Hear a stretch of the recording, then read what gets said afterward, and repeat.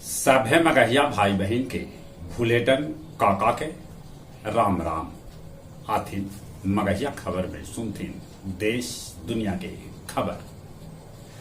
BRICS सम्मेलन में भाग लेवे लेल प्रधानमंत्री नरेंद्र मोदी आज दक्षिण अफ्रीका रवाना हो गया। चंद्रयान-3 अब चांद के एकदम से करीब पहुंच गए। चंद्रयान-2 से होयल दुतरफा संचार स्थापित। पटना में जेपी गंगा पथ के विस्तार अब कोइलवर से करजान तक करल जाए। जाति आधारित गणना पर अब सुप्रीम कोर्ट 28 तारीख के करत सुनवाई।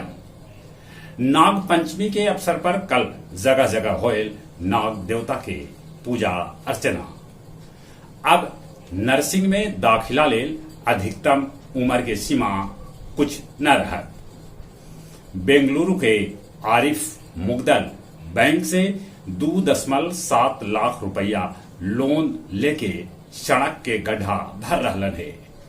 समाजवादी पार्टी के राष्ट्रीय महासचिव स्वामी प्रसाद मौर्य पर एगो युवक फेंकल जूता। रुपया अब लेके सबला निचता स्तर पर पहुंच गलक।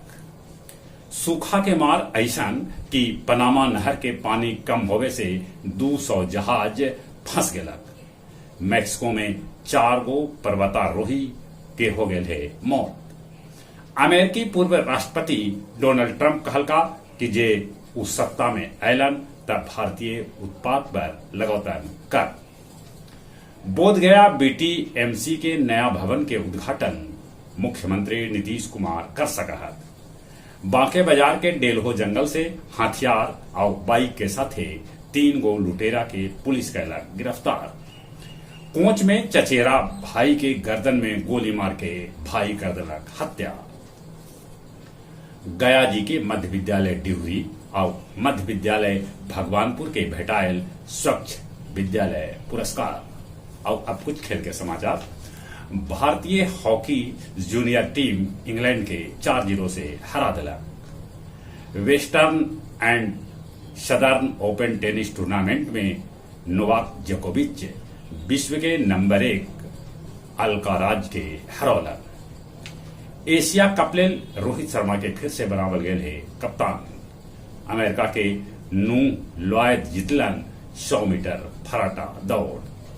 पूर्वी चंपारण में दंगल के आयोजन कैल गेल, जकरा में देश के 5 राज्य के अलावे नेपाली पहलवान लेलन भाग।